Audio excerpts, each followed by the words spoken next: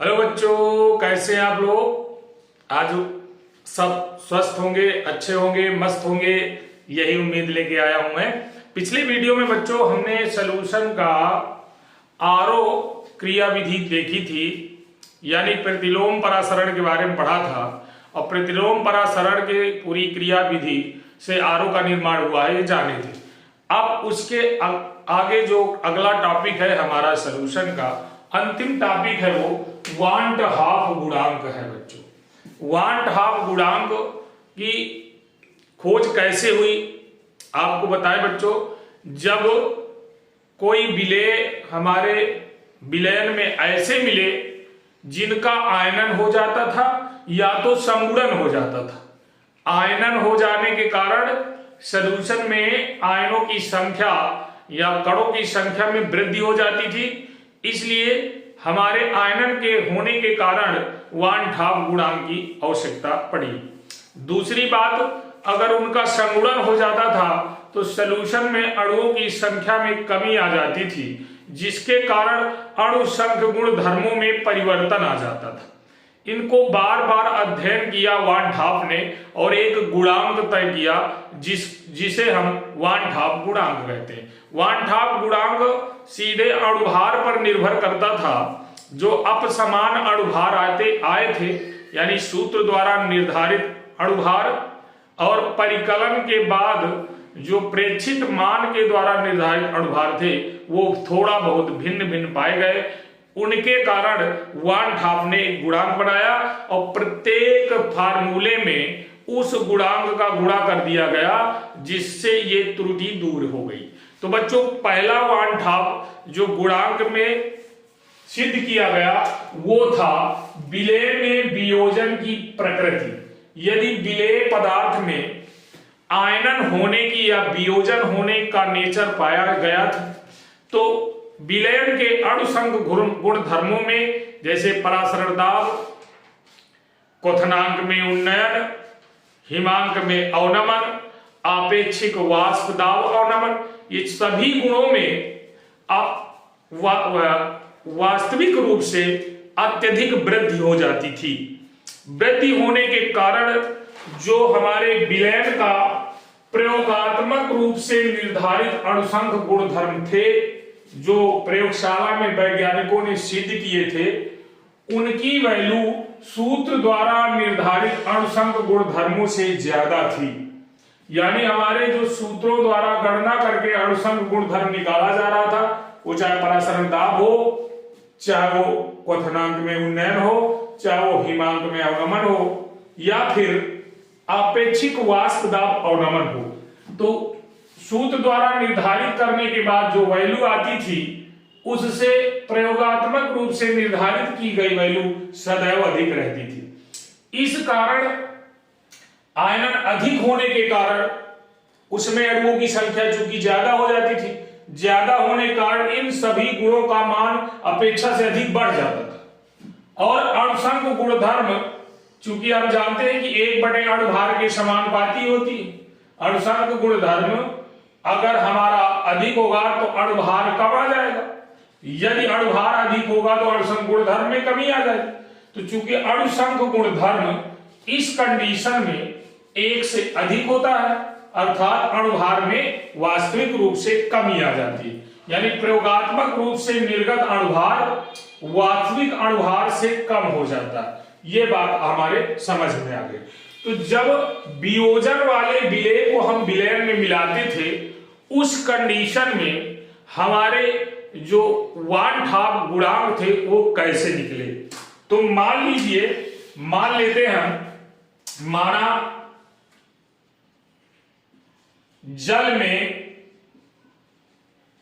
माना जल में एक विलेय जिसका फार्मूला है विलेय का, हम आपको बता दें, AXBY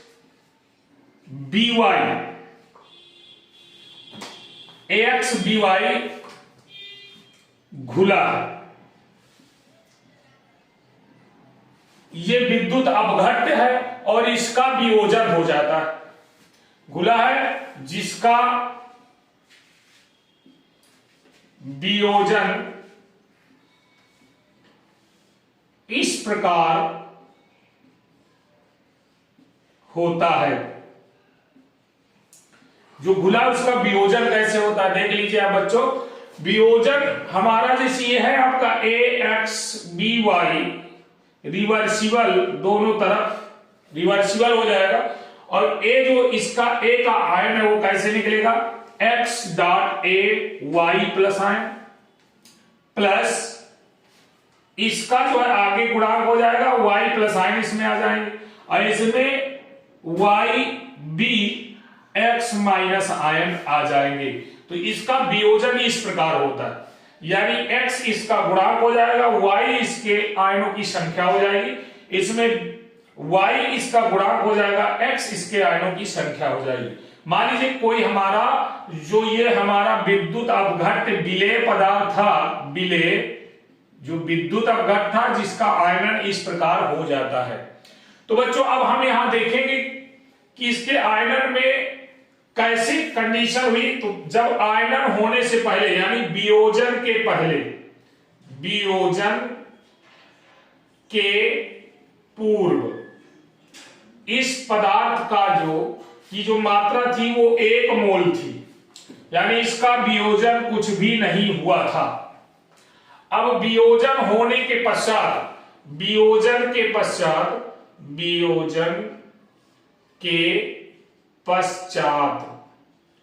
वियोजित होने के बाद कंडीशन क्या हुई कि मान लीजिए 1 मोल का अल्फा मोल वियोजित हो गया। तो यहां पर वियोजित होकर AY प्लस आयन के X मतलब अल्फा मोल ही X अल्फा मोल वियोजित हुए, इसी प्रकार इसके Y अल्फा मोल वियोजित हुए। तो इस प्रकार से इनके इतने मोल का वियोजन हो गया बच्चों। अब होता क्या है, जहां हमारा अल्फा जो अल्फा मोल वियोजित हो रहा है, जहां अल्फा एक वियोजन की मात्रा है, वियोजन की मात्रा है। अब आगे जैसे ही बढ़ते हैं, वियोजन की मात्रा अल्फा है, तो वियोजन की मात्रा को अगर हम निकाले, कैसे निकाले इसको, वियोजन की मात्रा कहते। तो वियोजन की मात्रा बराबर होता है बच्चों, देखिए वियोजन की मात्रा बराबर वियोजित मूलों की संख्या बटे वियोजित मोलों की संख्या बटे वियोजित मोलों की संख्या अल्फा है, आप देख रहे हैं ये ब्रैकेट में मैंने बना दिया। और वियोजन के पूर्व मोलों की संख्या यानी प्रारंभिक मोलों की संख्या, प्रारंभिक मोलों की संख्या। तो हम यहां पर देखें तो वियोजित मोलों की संख्या अल्फा है और प्रारंभिक मोल हमारा 1 है। ये देखिए ये 1 प्रारंभिक है, वियोजित अल्फा है, तो हमारा कितना आ जाएगा वियोजन की मात्रा, अल्फा मोल आ जाएगा। अल्फा मोल प्रति लीटर लिख सकते हैं, या अल्फा आ गया हमारा वियोजन की मात्रा। अब होता क्या है बच्चों कि हमारे पास ये जो आयनन के पश्चात प्रेक्षित अणुसंघ गुणधर्म,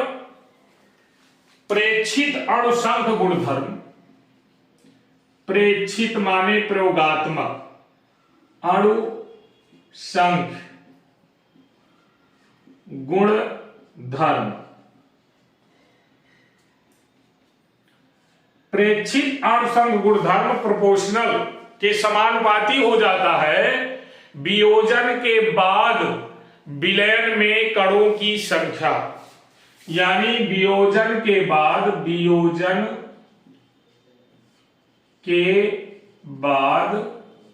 विलयन में कणों की संख्या, ये हो जाता है बच्चों। अब प्रोपोर्शनल, अब हमारे पास वियोजन के बाद कणों की संख्या कितनी है ये आपको देखना पड़ेगा। देखिए वियोजन होने के बाद पहली बात तो हमारे ax by की कुछ कणों की संख्या इतनी बची, क्योंकि अल्फा निकल गया, जो शेष बचा वो, और x a y प्लस आने की इतनी है और y b x माइनस आने की इतनी है, यानी सब कणों को जोड़ दिया जाए तो कितने कण हो गए? तो ये हो गया 1 minus alpha plus x alpha plus y alpha, यानी इक्वेशन नंबर फर्स्ट ये हमारा बन गया। फिर से समझ लीजिए, प्रेक्षित अणुसंघ गुणधर्म प्रोपोर्शनल वियोजन के बाद विलयनों में कणों की संख्या proportional 1 minus alpha plus x alpha plus y alpha हो जाता है। अब इसके बाद हम अगर दूसरी कंडीशन में देखें तो सूत्र द्वारा परिकलित अणुसंघ गुणधर्म, सूत्र द्वारा परिकलित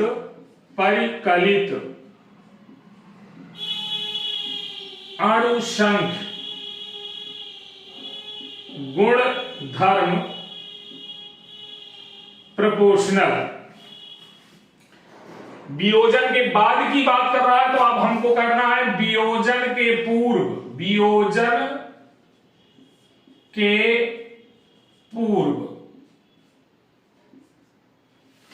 कणों की संख्या, वियोजन के पूर्व कणों की संख्या प्रोपोर्शनल 1।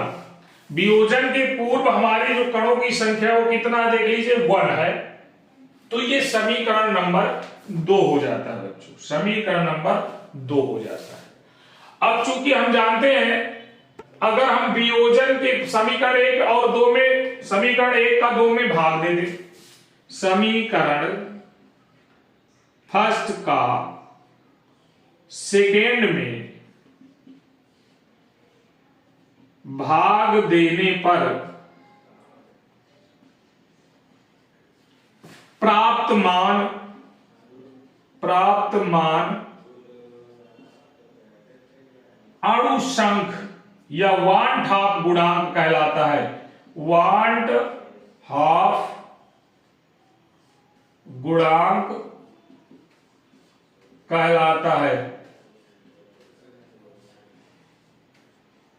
यह है बच्चों, यानी यदि हम समीकरण 1 में 2 का भाग दे दें तो जो वैल्यू प्राप्त होगी, तो समीकरण 1 का 2 में भाग देने पर प्राप्त मान वांट हाफ गुणांक कहलाता है।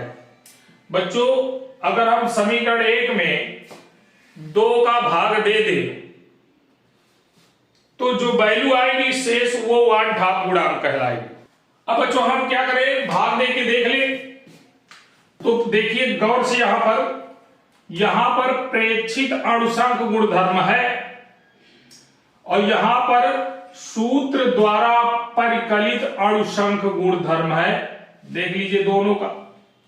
तो I बराबर क्या हो जाएगा, यानी वांट हाफ गुणांक, वांट हाफ गुणांक I बराबर हो जाएगा बच्चों प्रेक्षित अणुसंघ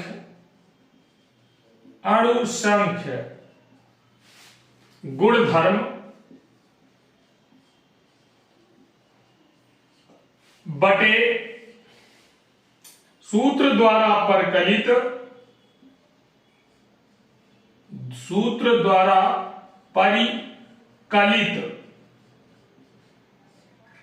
अणुसंघ गुण,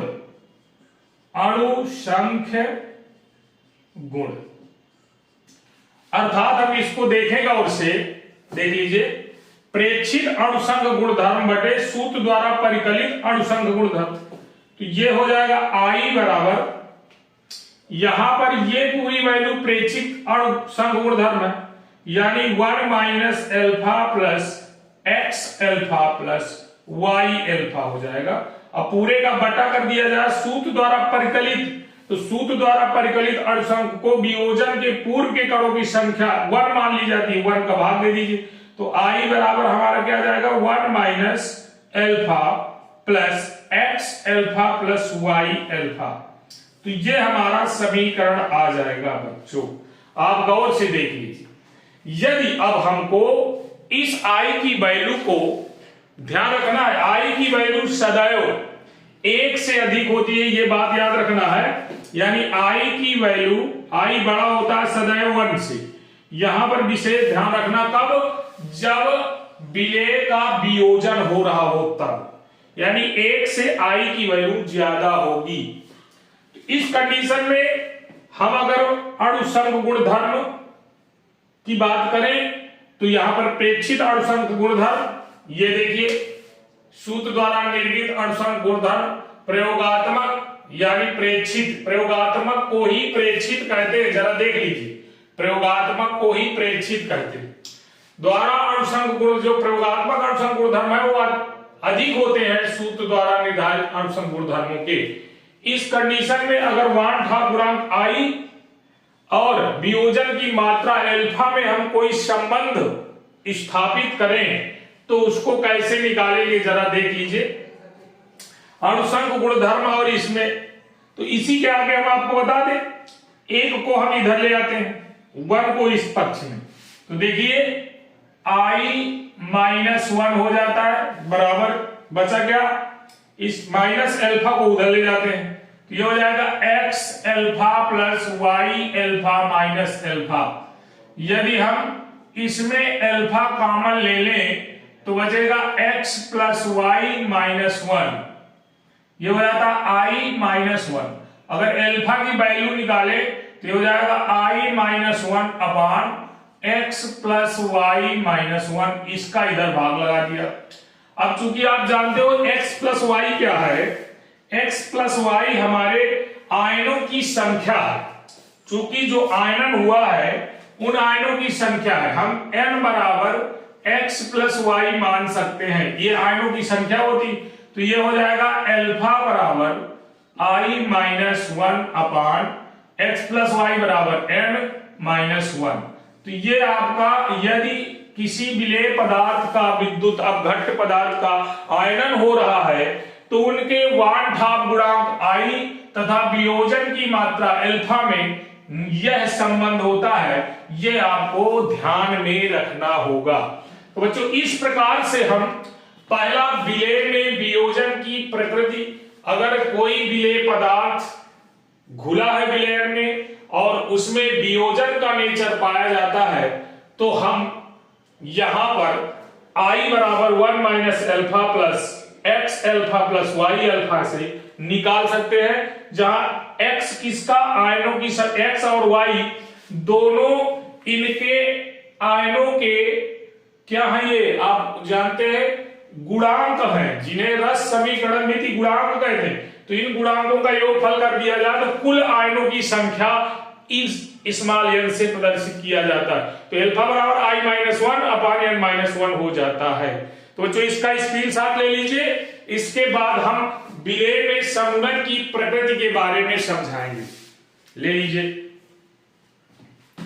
हाँ तो ये लीजिए बच्चों, हम इसको अब मिटा दे रहे हैं।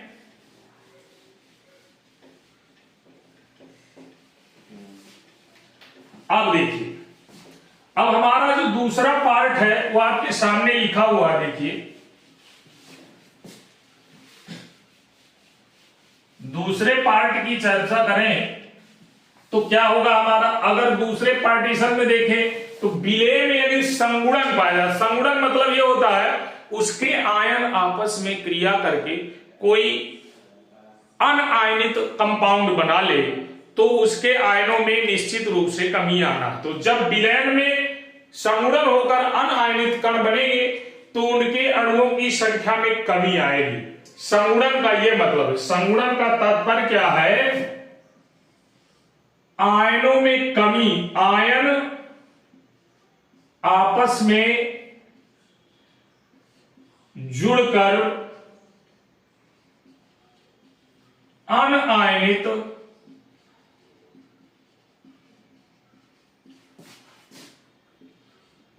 अणु बना लें।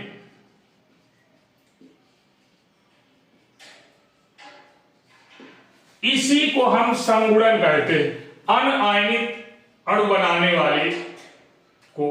अब बात क्या होती है कि इस प्रोसेस में गौर से देखिए, वियोजन के प्रोसेस का जस्ट अपोजिट हो जाता है, यानी प्रयोगात्मक रूप से निर्धारित अणुसंघ गुणधर्म, ये लीजिए प्रयोगात्मक रूप से निर्धारित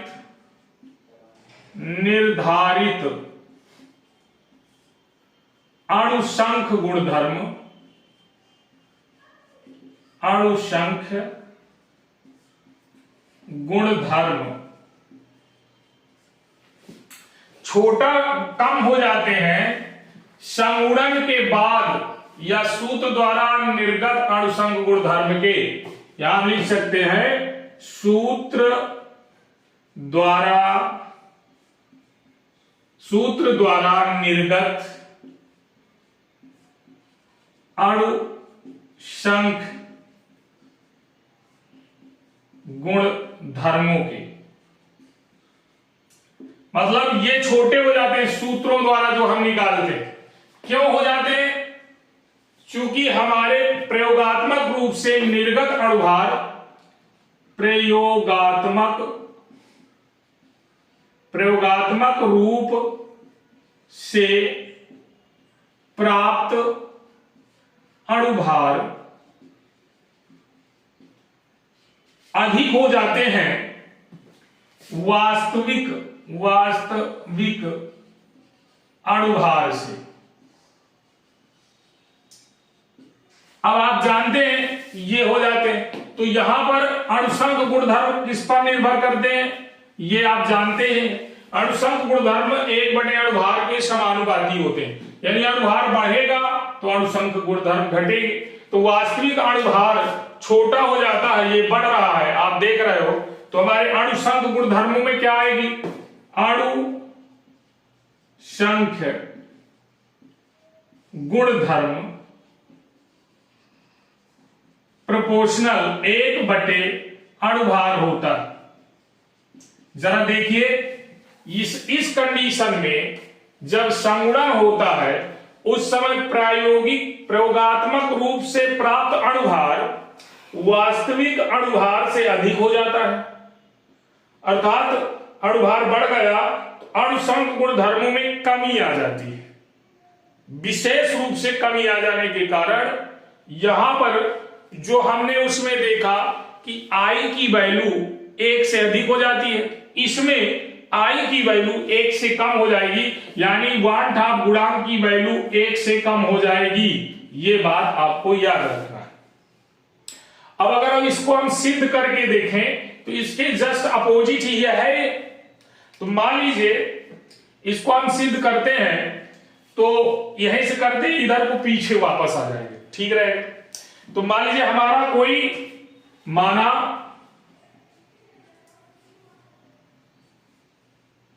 कोई समीकरण निम्नलिखित है।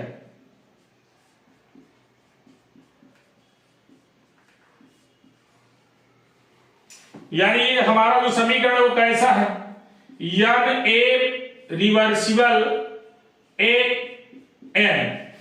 यानी ये जो गुणांक है वो नीचे चला जाता है। अब हम इसको अगर देखें संगुणन, जैसे इसमें देखा था वियोजन से पूर्व, तो यहां लिखेंगे संगुणन से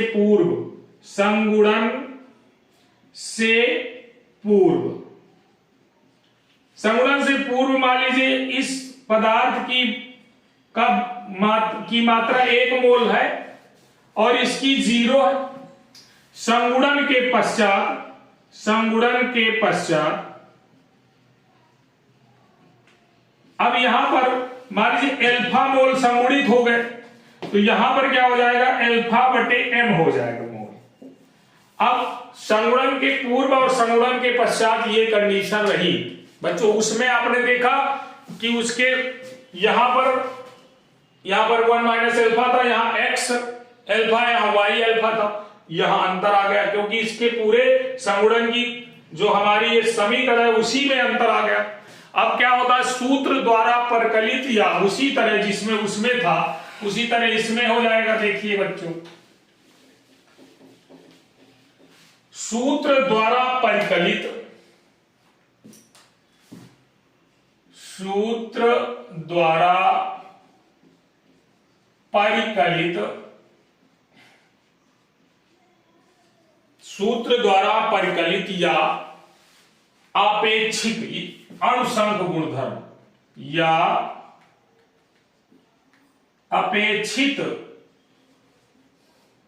अणुसंघ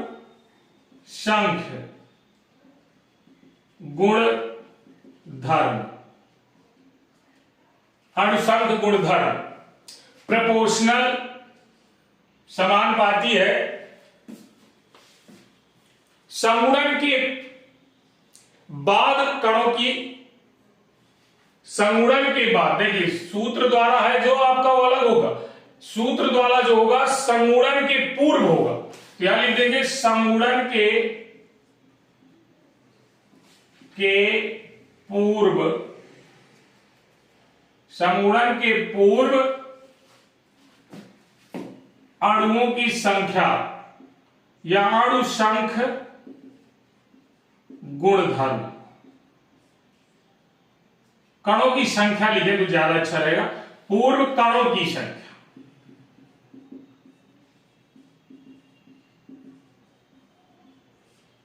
अर्थात हम इसको लिख सकते हैं प्रोपोर्शनल वन, समीकरण नंबर फर्स्ट। अब हमको क्या लिखना, प्रेक्षित, प्रेक्षित मतलब प्रयोगात्मक रूप से, प्रयोगात्मक या प्रेक्षित अणुसंख्य गुणधर्म, प्रेक्षित कोष्टक लिख दें प्रयोगात्मक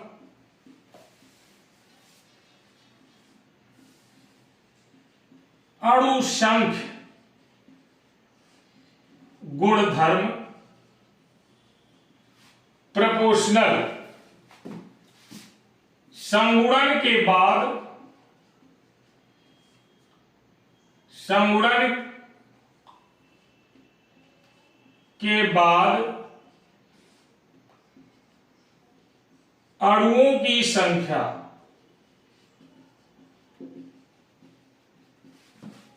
प्रोपोर्शनल, संगुणन के बाद अणुओं की संख्या क्या बची, 1 माइनस एल्फा प्लस एल्फा बटे n बची बच्चों। ये समीकरण नंबर 2 था। अब हमको करना क्या है, समीकरण सेकेंड में फर्स्ट का भाग देने से प्राप्त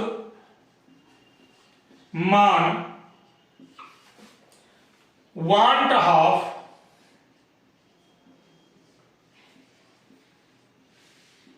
गुणांक कहलाता है।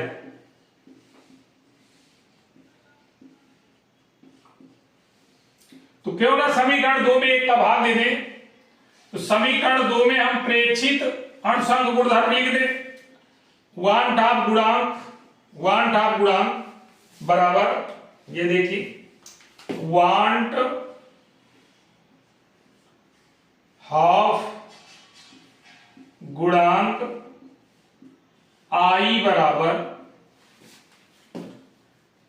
प्रेक्षित या प्रयोगात्मक अणुसंख्य गुण, अणुसंख्य गुणधर्म बटे पूरे का सूत्र द्वारा या अपेक्षित अणुसंख्य गुणधर्म, अपेक्षित, अपेक्षित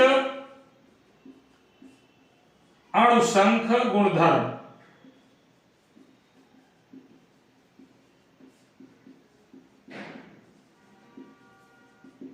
देख लीजिए, यानी प्रेक्षित ये हो गया इस गुणधर्म के बटे इसको कहते हैं इस गुणधर्म के। तो हमारा क्या आएगा ये आपको समझ में आ जाएगा। थोड़ा सा हम इसको मिटा ले रहे हैं।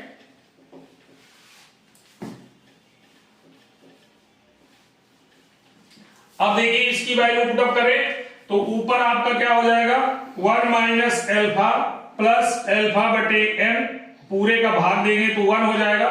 ये है आई बराबर। अब हम क्या करें, एक का भाग देंगे तो कोई फर्क नहीं पड़ेगा, कोई फर्क पड़ने वाला नहीं है, तो 1 को ले आए इधर, तो i माइनस 1 बराबर एल्फा उधर चला जाएगा, तो एल्फा बटे n माइनस एल्फा। तो यहां पर n हमारा एलसीएम हो गया, n हमारा एलसीएम हो गया, तो एल्फा माइनस n एल्फा हो जाएगा। अब हम क्या करें, n का इधर गुणा कर दें, देखिए जरा सा, तो ये हो जाएगा n मल्टीप्लाई i माइनस 1 बराबर, यहां पर क्या हो जाएगा, एल्फा माइनस n एल्फा।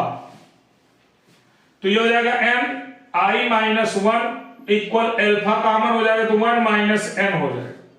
बच्चों 1 माइनस n का भाग दे दे तो ये हो जाएगा एल्फा बराबर n i minus 1 upon 1 minus alpha, sorry n, 1 minus n। n का मतलब आप जान गए हुए अणुओं की संख्या है, कितने अणु वियोजित हुए हैं।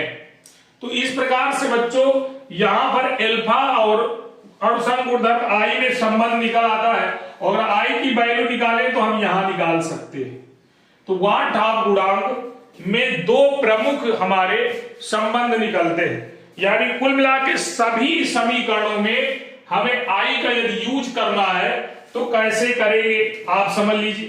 पहला नंबर देखिए जरा, यदि आपेक्षिक वाष्प दाब संबंध है तो उसमें भी आपको अणुओं की संख्या में आई का गुणा कर देना है किसी भी जगह। जैसे पी ये है पाई बराबर CRT परासरण दाब होता है, तो अगर वो विलयन हमारा दो कंडीशन में है, या तो संगुणन करता हो या तो वियोजन करता हो, उस कंडीशन में वांट हाफ द्वारा वांट हाफ समीकरण कैसे यूज करेंगे आप देख लीजिए। लिखेंगे पाई बराबर आई CRT का प्रयोग करेंगे, आई का मतलब वांट हाफ गुणांक का यहां पूरा कर देंगे। दूसरी कंडीशन में आ जाइए आप, अगर हम परासरण दाब के बाद क्वथनांक में उन्नयन की बात करें, डेल्टा TF बराबर KF गुणे WB अपान M⁴B गुणे WA मल्टीप्लाई 1000। तो इसमें भी हमें गुणा किसका गुणा करना है, आई का गुणा कर देना है, यानी किसी भी फार्मूले में हमें आई का गुणा करना है। ये सेकंड कंडीशन में आपका सूत्र बन जाएगा। यदि ये फ्रीजिंग पॉइंट के लिए, हिमांक में अवनमन के लिए यदि डेल्टा TB में आप निकालेंगे तो 1000 KB W⁴B upon M⁴B multiply W⁴A अगर आ जाए तो इसमें थर्ड नंबर में भी हमको क्या करना है, वान ठाप गुणांक आई का गुणा कर देना है। इस प्रकार से वान ठाप गुणांक जब भी कंडीशन में आए तो हम आई का गुणा भर कर लेंगे। चौथा, अगर हम P0 माइनस PS अपान P0 बराबर स्मॉल n अपान small n plus capital N, तो इसमें भी हमें आई का गुणा कर लेना है। यानी हर जगह से, हर कंडीशन में हमें आई से मतलब होगा, आई का मल्टीप्लाई कर देंगे, हमारे सभी अणुसंग गुणधर्म आसानी से या सरलता से निकल आएंगे। यदि इसको आप देखें तो ये तो आपका अपेक्षिक वाष्प दाब अवनमन हो जाता है, तो ये आपको सरलता से सही जगहों पर यूज होगा। तो इस प्रकार से बच्चों हम वान ठाप गुणांकों का अध्ययन कर सकते हैं दोनों कंडीशन में। पहला कंडीशन आपको पता है, यदि किसी विलेय पदार्थ की प्रकृति कैसी हो, वियोजित होने वाली हो, उस कंडीशन में भी वान ठाप गुणांक निकालेंगे। और अगर संगुणन करता हो कोई विलेय पदार्थ तो भी हमें यही कंडीशन में उनके वान ठाप गुणांक की गणना करता है। तो बच्चों अगर ये वीडियो अच्छा लगा हो तो आप जो नए बच्चे हैं मेरे, वो इसको तुरंत सब्सक्राइब कर ले, जिससे नए नए अपडेट जो भी मैं वीडियो डालूं वो आप तक तुरंत नोटिफिकेशन के माध्यम से पहुंचे और आप सरलता से उसे देख सकें और अपने डाउट को क्लियर कर सकें। तो thank you, have a nice day. फिर मिलते हैं कल अगले वीडियो में।